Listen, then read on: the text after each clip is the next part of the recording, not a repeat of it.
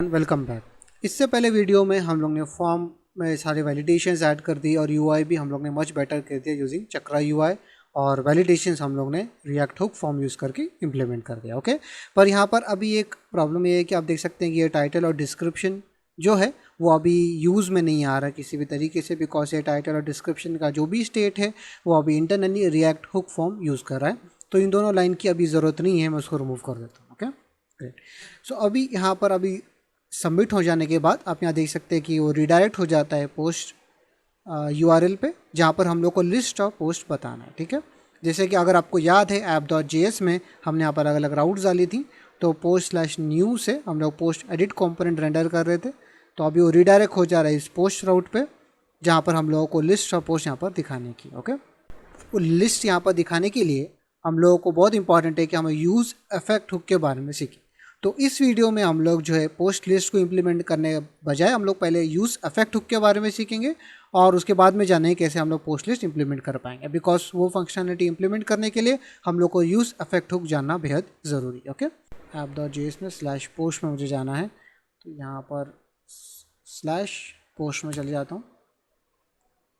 Okay, alright, set title is not defined post edit component में। Okay, सो यहाँ पर basically यहाँ से मैंने रिमूव कर दिया, पर यहाँ पुश के बाद भी यहाँ हो रहा था, तो उसकी भी ज़रूरत नहीं है, ये भी मैं यहाँ से रिमूव कर दूँगा। ओके, सब वो एरर नहीं आना चाहिए, और आप यहाँ देख सकते हैं अब एरर यहाँ पर नहीं आ रहा। ओके, सो अब ये जो स्क्रीन आपको दिख रहा है ये बेसिकली यहाँ पर पोस्ट लिस्ट के लिए है। ओके, आप यहाँ देख सकते हैं अभी पोस्ट लिस्ट यहाँ पर रेंडर हो रहा है। Okay great. सो अभी मुझे क्या करना है कि यहाँ पर यूज़ इफेक्ट हुक समझाने के लिए सबसे पहले उसके यहाँ इंपोर्ट करता हूँ मैं यूज़ इफेक्ट हुक। तो यूज़ इफेक्ट हुक तभी इंपॉर्टेंट है अगर हम लोगों को किसी तरह का साइड इफेक्ट करना है। साइड इफेक्ट का मतलब ये है कि कोई एपीआई कॉल करनी है, स्टेट को हमें लेट सपोज चेंज करना है, या किसी तरह का कोई भी आपको साइड इफेक्ट इंप्लीमेंट करना है, तो हम लोग यूज़ इफेक्ट हुक का इस्तेमाल करेंगे। तो बेसिकली हुक्स में जो भी कोड आप नॉर्मली किसी भी लाइफ साइकिल मेथड में अगर लिखते थे, जैसे कंपोनेंट डेट माउंट में, कंपोनेंट डेट अपडेट में, कंपोनेंट विल अनमाउंट में, या उससे पहले कंपोनेंट विल रिसीव प्रॉप्स भी हम लोग यूज़ करते थे, तो ये लाइफ साइकिल मेथड के अंदर जो आप कोड लिखते थे वो क्या था, एक तरीके से साइड इफेक्ट था, राइट। तो वैसे ही हम लोग वो सारा जितना भी लाइफ साइकिल मेथड है वो कम्प्लीटली हम लोग रिप्लेस कर सकते हैं यूजिंग यूज़ इफेक्ट हुक। तो ये एक हुक जो है सारे के सारे जितने भी इम्प्लीमेंटेशन हम लोग लाइफ साइकिल मेथड से करते थे वो हम लोग को उसकी ज़रूरत अभी नहीं पड़ेगा। ठीक है, तो सबसे पहले हम लोग यहाँ पर सिर्फ फंडामेंटल सीखेंगे, बेसिकली ये क्या है और किस तरीके से हम लोग इसको यूज़ कर सकते हैं। उसके बारे में हम लोग जब ब्लॉग बनाएंगे तो उसमें हम लोग उसका एक्चुअल यूज़ केस भी देखेंगे। तो यूज़ इफेक्ट हुक एक पहले पैरामीटर में आप देख सकते हैं कि बेसिकली वो एक फंक्शन ही है और कुछ भी नहीं है, राइट। वो एक फंक्शन है, तो उस फंक्शन के अंदर हम लोग एक कॉल बैक फंक्शन इस तरीके से पास करते हैं। ओके, तो यूज़ इफेक्ट हुक में क्या होता है, ये इसका फंडामेंटल कंसेप्ट ये है कि ये जो पहला कॉल बैक फंक्शन है ये रन ही होगा। ठीक है, एक बार तो ये रन होगा, ओके, पर सेकेंड टाइम रन होगा नहीं होगा, उसके पैरामीटर या सेकेंड पैरामीटर वो डिसाइड करता है। तो सबसे पहले मैं क्या करता हूँ, यहाँ पर एक कंसोल लॉग कर देता हूँ, हाय। ओके, इसको मैं सेव कर देता हूँ। यहाँ पर ब्राउज़र में आके मैं राइट क्लिक करके इंस्पेक्ट एलिमेंट ओपन करता हूँ और इधर कंसोल टैब में आता हूँ, तो आप यहाँ देखेंगे यहाँ पर हाय आपको दिखाई दे रहा है। तो एक बार ये रन हुआ, ठीक है, पर अब वो सेकेंड टाइम ये रन होना है कि नहीं होना है। एक बार तो ये हो गया, हमको हाई इधर दिख गया, पर अगर सेकेंड टाइम होना है कि नहीं होना है वो सेकेंड पैरामीटर डिसाइड करता है जो यहाँ पर होगा। ठीक है, तो वो दिखाने के लिए सबसे पहले मैं क्या करता हूँ कि यहाँ पर मैं एक काउंटर करके एक बना देता हूँ, एक स्टेट, ताकि अगर स्टेट चेंज होने पर ये कैसे वर्क करता है वो मैं आपको बता सकूँ। तो यूज़ स्टेट हुक यहाँ पर मैं इंपोर्ट करता हूँ, बाय डिफ़ॉल्ट 0 दे देता हूँ। ओके, और यहाँ पर मैं डिव रेंडर करूँगा, यहाँ पर काउंट जो स्टेट से आ रहा है वो यहाँ पर मैं दे देता हूँ। ओके, और यहाँ पर एक बटन होगा, ओके, और ऐड करके यहाँ पर मैं दे देता हूँ इसके ऑन क्लिक के ऊपर। ओके, यहाँ पर एक फंक्शन होगा, यहाँ पर इस सेट काउंट को यहाँ कॉल करेगा, तो एक काउंट +1 इस तरीके से दे देता हूँ। ठीक है, बस मैं एक स्टेट बनाया हूँ और उस स्टेट को मैं चेंज कर रहा हूँ, दैट्स इट। ओके, अब यहाँ देख सकते हैं कि आपको फिलहाल यहाँ 0 दिखाई दे रहा है स्क्रीन पे। ओके, और मैं ऐड पे क्लिक करूँगा, आप देख सकते हो इंक्रीमेंट हो रहा है। लेकिन जैसे ही मैं ऐड पे क्लिक कर रहा हूँ वो इंक्रीमेंट हो रहा है, उसी के साथ साथ आप यहाँ देख सकते हैं नीचे आपको हाई भी यहाँ पर दिखाई दे रहा है। तो जितने बार स्टेट चेंज हो रहा है उतने बार हाई आपको यहाँ पर दिखाई दे रहा है, आप देख सकते हो नीचे कंसोल। तो बेसिकली ये है कि जब भी कंपोनेंट री रेंडर हो रहा है तो यूज़ इफेक्ट के अंदर जो कॉल बैक फंक्शन हमने दिया है वो कॉल हो रहा है, राइट। तो ये कॉल बैक फंक्शन हर बार कॉल हो रहा है जब भी कंपोनेंट री रेंडर हो रहा है। तो कंपोनेंट कभी री रेंडर होता है जब आपने कोई स्टेट चेंज किया है तभी री रेंडर होता है। अगर कोई प्रॉप्स अगर इसको मिला है अगर वो चेंज होता है तो ये री रेंडर होता है, या फिर यूज़ कॉन्टेक्स्ट अगर आपको पता है उसके चेंज पे भी वो रेंडर होता है। तो बेसिकली अभी यूज़ इफेक्ट के अंदर कॉल बैक जो है हर बार जब भी कंपोनेंट री रेंडर होगा ये कॉल होगा। तो अभी ये ज़्यादा यूज़फुल नहीं है, ये ऐसे ही होगा जैसे रेंडर मेथड के अंदर हमने कोई एक फंक्शन दिया है तो हमेशा ये रेंडर हो रहा है। तो नॉर्मली आप इसको ऐसा यूज़ नहीं करोगे, आप इसको चाहोगे कि एक सर्टन वे में ही ये कॉल बैक फंक्शन रन हो। तो आप इस कॉल बैक फंक्शन को कब रन होना चाहिए कब रन नहीं होना चाहिए ये उसका एक सेकंड पैरामीटर जो यहाँ पर आप दोगे वो डिसाइड करता है, जिसको आप देख सकते हैं डिपेंडेंसी लिस्ट कह रहा है। तो ये कॉल बैक फंक्शन कब रन होना चाहिए ये सेकंड पैरामीटर डिसाइड करता है। अगर हमने यहाँ पर कुछ दिया ही नहीं है तो ये हर बार जब भी रन होगा जब भी कंपोनेंट चेंज हो रहा है, ठीक है। तो अगर मैं यहाँ पर एक एम्प्टी एरे दे देता हूँ, ओके, तो क्योंकि अभी मैंने यहाँ पर एम्प्टी एरे दे दिया है तो ये कॉल बैक फंक्शन बस एक ही बार रन होगा जब ये कंपोनेंट माउंट होता है, उसके बाद ये कभी रन ही नहीं होगा बिकॉज मैंने यहाँ पर एम्प्टी एरे दिया है। अगर इसको आप इस तरीके से दोगे तो ये हमेशा रेंडर होगा, जैसे हमने देखा कोई स्टेट चेंज हो रहा है कोई प्रॉप चेंज हो रहा है तभी रन होगा। पर अगर आपने यहाँ पर एम्प्टी एरे दे दिया तो आपने यहाँ पर ये कह रहे हो कि इस कॉल बैक फंक्शन का कोई डिपेंडेंसी ही नहीं है, तो ये सिर्फ एक बार कॉल होगा। जैसे मैंने पहले कहा एक बार तो ये कॉल होता ही है, उसके बाद में कॉल होना है कि नहीं होना है वो ये सेकंड पैरामीटर डिसाइड करता है। तो क्योंकि सेकंड पैरामीटर में हम लोग ने एम्प्टी एरे दे दिया है तो अब ये कॉल होगा ही नहीं, ठीक है। सो अब मैं यहाँ पर ब्राउज़र में आ जाता हूँ और मैं इसको क्लियर कर देता हूँ और ऐड पे मैं अभी क्लिक करूँगा। आप देख सकते हैं कि काउंट तो इंक्रीमेंट हो रहा है पर यहाँ हाई हमको नहीं दिखाई दे रहा है, तो जिसकी वजह से यहाँ पर ये कॉल बैक फंक्शन रन ही नहीं हो रहा है। तो क्योंकि यहाँ पर सेकंड पैरामीटर में हमने एम्प्टी दे दिया। आप यहाँ समझ सके अगर आप इसको कुछ नहीं दोगे तो ये हमेशा रेंडर होगा, ओके। एक बार तो होगा ही होगा, उसके बाद में जब भी कंपोनेंट री रेंडर हो तभी होगा। अगर आपने इसको एम्प्टी एरे दे दिया है तो ये कभी भी नहीं होगा, बस एक बार होगा उसके बाद होगा ही नहीं, ठीक है। तो हमको दो सिनेरियो तो पता चला कि ये अगर ये नहीं देने से हमेशा रेंडर होगा और एम्प्टी एरे देने से ये कभी भी नहीं होगा। तो अगर आपको लेट सपोज कोई एक सर्टन सिनेरियो में आपको रेंडर करना है, ठीक है। अब वो सिनेरियो कुछ भी हो सकता है कि अब वो स्टेट चेंज हो सकता है, प्रॉप्स चेंज हो सकता है, कॉन्टेक्स्ट चेंज होता है, कुछ भी हो सकता है, राइट।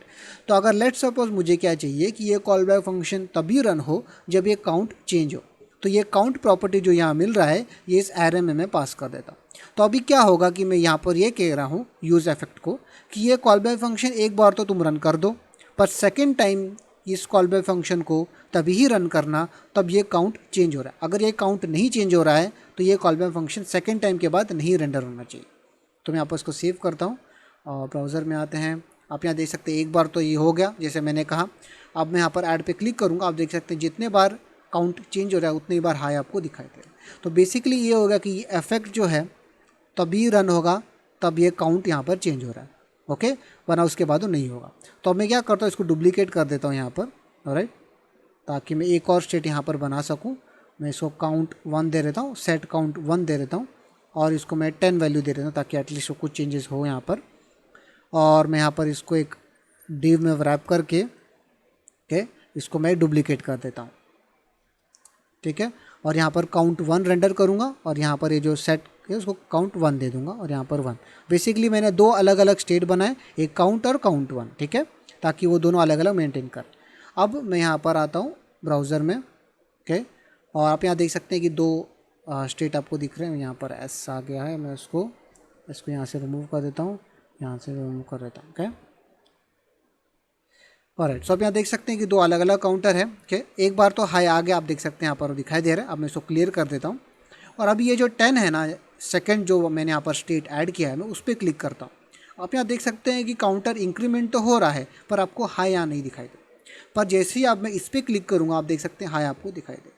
और वो क्यों आ रहा है? बिकॉज मैंने वो काउंट जो है, काउंट जो स्टेट है, ठीक है, जो काउंट स्टेट यहाँ पर जो मैंशन है वो मैंने यहाँ पर इधर दी है, पर काउंट 1 जो है मैंने यहाँ पर नहीं दिया, इसके डिपेंडेंसी के लिस्ट में नहीं दिया है। तो अब बहुत इंपॉर्टेंट है कि एक बार तो ये कॉल होगा, जैसे वो हो गया, सेकंड टाइम होना है कि नहीं होना है, वो जो अगर ये डिपेंडेंसी चेंज होगी तो होगा। तो ये कुछ भी हो सकता है। अब इस केस में आप देख सकते हैं स्टेट है वो प्रॉप्स या कोई कस्टम हुक से आ सकता है या यूज़ कॉन्टेक्ट से, किसी भी ज़रिए से वो आ सकता है, ओके।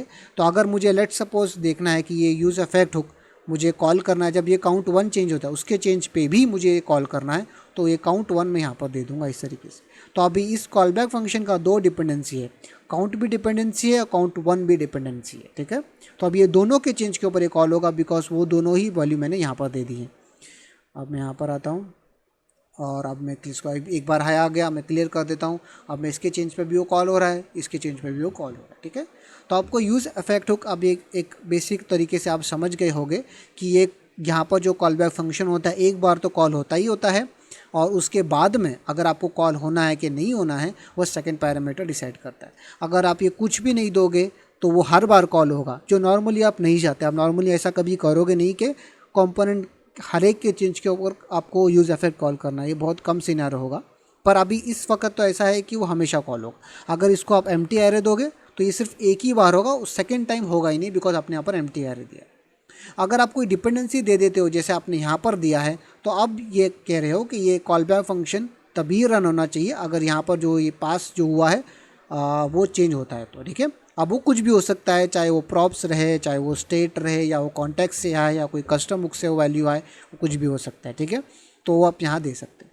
तो अब यहाँ बेसिकली आप ऐसा समझोगे कि इस पर्टिकुलर केस में अगर आपने इसको एम्प्टी एरे इस तरीके से दे दिया तो अब ये ऐसे ही वर्क कर रहा है जैसे ये component did mount, right. Component did mount आपको पता है लाइफ साइकिल मेथड कि वो एक ही बार कॉल होता था जब कंपोनेंट माउंट होता था। एक बार कंपोनेंट माउंट हो गया उसके बाद वो कॉल नहीं होता था, राइट। तो ये आप इस वक्त यूज़ इफेक्ट हुक ऐसे ही काम कर रहा है जैसे वो कंपोनेंट डिड माउंट। पर अगर जैसे ही आपने कुछ उसको यहाँ पर काउंट पास कर दिया तो अब ये ऐसे वर्क कर रहा है जैसे कंपोनेंट डिड माउंट के तौर पे भी और कंपोनेंट डिड अपडेट के तौर पे, राइट। बिकॉज अब ये कंपोनेंट डिड अपडेट कभी कॉल होता था जब किसी तरह का कोई री रेंडर हुआ है। तो अब यहाँ पर इस टाइम पे जब भी काउंट चेंज होगा तो ये कॉल बैक फंक्शन कॉल होगा, तो ये ऐसे ही वर्क कर रहा है जैसे कंपोनेंट डिड अपडेट यहाँ पर करता था, पर सिर्फ और सिर्फ काउंट के केस में, ठीक है। तो यहाँ पर अब देख सकते हैं ये एक use effect hook component did mount के तौर पे भी काम कर सकता है, कंपोनेंट डिड अपडेट के तौर पे भी काम कर सकता है। ऑलराइट गाइस, इस वीडियो में बस इतना ही। नेक्स्ट वीडियो में हम लोग जो यूज़ इफेक्ट हुक के बारे में और बात करेंगे, बिकॉज यहाँ पर एक और कॉल बैक फंक्शन होता है जिसमें हम लोग क्लीन अप एक्टिविटी कर सकते हैं, तो वो मैं नेक्स्ट वीडियो में कंप्लीट करना चाहता हूँ। तो अभी तक आपको आई एम श्योर कि आपको यूज़ इफेक्ट बेसिकली किस तरीके से हम लोग यूज़ कर सकते हैं आपको एक जिस्ट मिल गया होगा। और नेक्स्ट वीडियो में मैं आपको यूज़ इफेक्ट हुक के यहाँ क्लीन अप जो फंक्शन है उसके बारे में बात करूँगा। ओके, ऑलराइट गाइस, मैं आपको नेक्स्ट वीडियो में मिलता हूँ। बाय।